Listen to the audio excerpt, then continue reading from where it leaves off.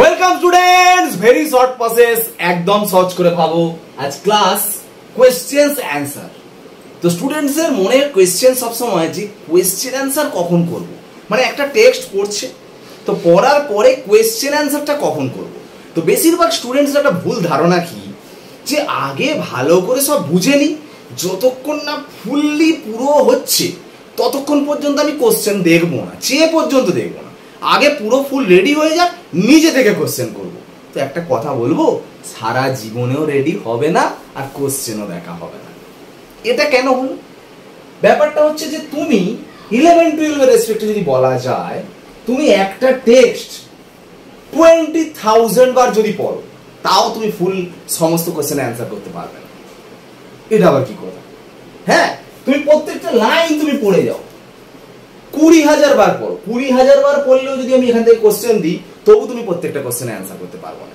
তাহলে তুমি যদি মনে করো যে আগে আমি এত ভালো করে পড়বো, পড়ার পর যে কটা কোশ্চেন দেবে সে কটা পেরে যাব, এটা 11-12 সায়েন্সে কিন্তু হবে না। কারণটা দেখ, তুমি অ্যাকচুয়ালি যেটা করা উচিত সেটা হচ্ছে একবার টেক্সটটা পড়ছো নিজের নলেজের জন্য, তারপরে ভালো যেভাবেই থাক না কেন রেডি, 60% রেডি থাক, 70% রেডি থাক আর 80% রেডি থাক, তুমি কিন্তু কোয়েশ্চেন অ্যান্সারে চলে যাবে। কেন কোয়েশ্চেন অ্যান্সারে চলে যাবে সেটা শোনো। ধরো তুমি কোয়েশ্চেনে গেলে, ধরো তুমি টেক্সটটা একবার পড়েছো কি দুবার পড়েছো কি 20,000 বারই পড়েছো, যাই পড়ো না কেন, তুমি যখন কোশ্চেন ওই যেটা পড়লে সেটার জন্য যদি কোয়েশ্চেনে যাও, দেখতে পাবে তুমি নিজে থেকে 10টার মধ্যে 6টা পারবে, 4টে কিন্তু পারবে না। ঠিক আছে, আবার নেক্সট কোশ্চেনে যাও, মানে ওই টপিকের উপর যদি নেক্সট কোশ্চেনে যাও দেখবে 5টা পারবে, 5টা পারবে না। আবার নেক্সট কোশ্চেনে যাও ওই টপিকের উপরে, দেখবে 7টা পারবে, 3টে পারবে না। আবার পরে কোশ্চেনে যাও ওই টপিকের উপরে, 8টা পারবে, 2টো পারবে না। তারপরে তোমাকে যতবারই পেজ দেওয়া হবে 10টার মধ্যে 10টা পারবে। কিন্তু তুমি যতবারই টেক্সট পড়ো না কেন তুমি 10টার মধ্যে 10টা পারবে না। তার মানে কি বলতো, টেক্সট পড়া থেকে কিন্তু পুরো রেডি হলো না। তুমি প্রথমবার যে কোয়েশ্চেন্সটা তুমি করলে এর এক্সপেরিয়েন্স কাজে লাগিয়ে তুমি এটাতে করতে চাইবে, এইখানের কোশ্চেন অ্যান্সারের এক্সপেরিয়েন্সটা এখানে কাজে লাগাবে, এই কোশ্চেন অ্যান্সারের এক্সপেরিয়েন্স আবার অন্যটায় কাজে লাগাতে তবে কিন্তু এক সময় গিয়ে পুরোটা সবকটা পারছো। তাহলে কোয়েশ্চেন অ্যান্সারটাও একটা টেক্সট পড়ার থেকে বেশি গুরুত্বপূর্ণ কাজ। 100% পড়ে নিয়ে তারপর কোশ্চেন অ্যান্সার করবে, এটা কিন্তু ধারণাটা ভুল। কোয়েশ্চেন থেকে টেক্সটে যাও, বরঞ্চ এটা বড় বেশি লাগে। এইটা আবার কি ব্যাপার?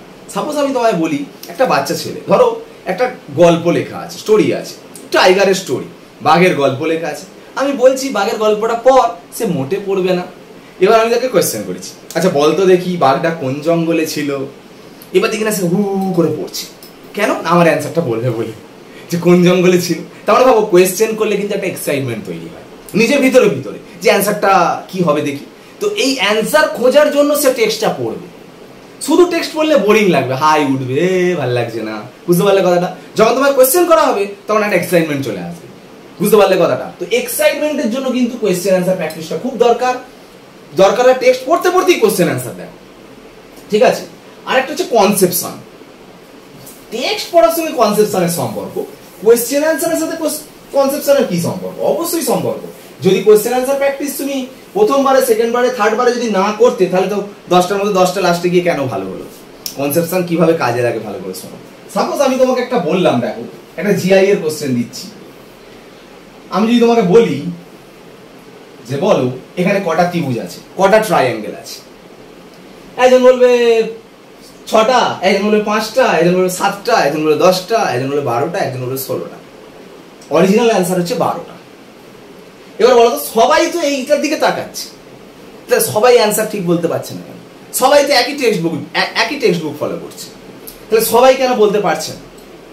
এর রিজনটা তাহলে একই বই পড়ছে, একই পড়া পড়ছে। আমি একটা জিআই নিয়ে এক্সাম্পল দিলাম বলে তাই, টেক্সট বুকের কিন্তু তাই হবে। একটা পড়া সবাই পড়ছে, ওপর দেখলে তোমার মনে হবে এখানে কটা, 5টা 6টা ত্রিভুজের বেশি, 7টা বেশি ত্রিভুজ হবে না, এখানে টোটাল 12টা ত্রিভুজ আছে, 12টা ট্রায়াঙ্গেল আছে। তাহলে এই ব্যাপারটা কি করে কাজ হলো? এবার একটা কথা বলি শোনো, এবার দেখো একটা কথা বলি শোনো, যখন কোয়েশ্চেন্স হয়, যে কোনো কোয়েশ্চেন্স দেখবে যে টপিক থেকে হয় সেখান থেকেই কোয়েশ্চেনটা পড়বে। মানে ধরো 2015-এ এই কোয়েশ্চেনটা পড়েছে, 2016-এ ভাবছো অন্য কোয়েশ্চেন পড়বে, মানে কি? ধরো দেখা গেল এখান থেকে 8 এর এখন টেনে দিয়েছে, দিয়ে বলবে বলো কটা ট্রায়াঙ্গেল, তাহলে একই কোশ্চেন পড়লো, শুধু একটু ঘুরিয়ে দিল। তাহলে পুরো যদি দেখতে না পারো, মানে দেখতে পারো ইন দ্য সেন্স দেখতে তো সবাই পাচ্ছে, দেখাটা কতটা গভীরে হচ্ছে সেইটা যদি না পারো তাহলে তো অ্যান্সার করতে পারবে না।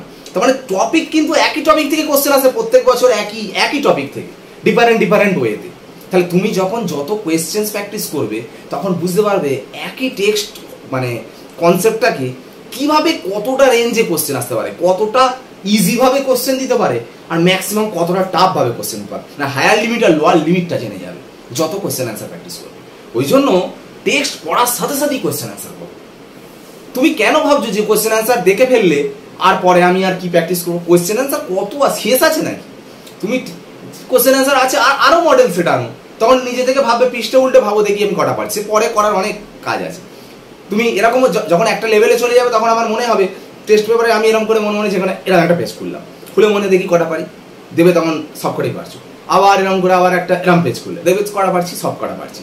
এরকম করার অনেক টাইম আছে, কিন্তু এখন তুমি পড়তে কোশ্চেন অ্যান্সার করতে কোশ্চেন অ্যান্সার করো, কারণ তুমি তো জানোই না কোশ্চেনটা কেমন ভাবে পড়ে।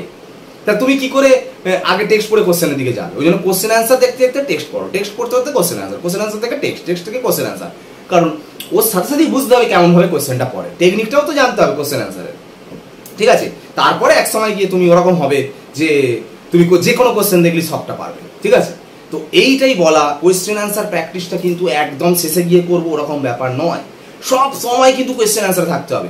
বরঞ্চ একটা চ্যাপ্টার নয়, একটা টপিক শেষ হলে সেই টপিকের উপর কোশ্চেন অ্যান্সার যেগুলো আছে সেগুলো একটু দেখা উচিত, যে কেমন ভাবে করলো, কতটা গভীরতায় গিয়ে অ্যান্সারটা করলো, এটা কিন্তু বোঝার দরকার, ঠিক আছে?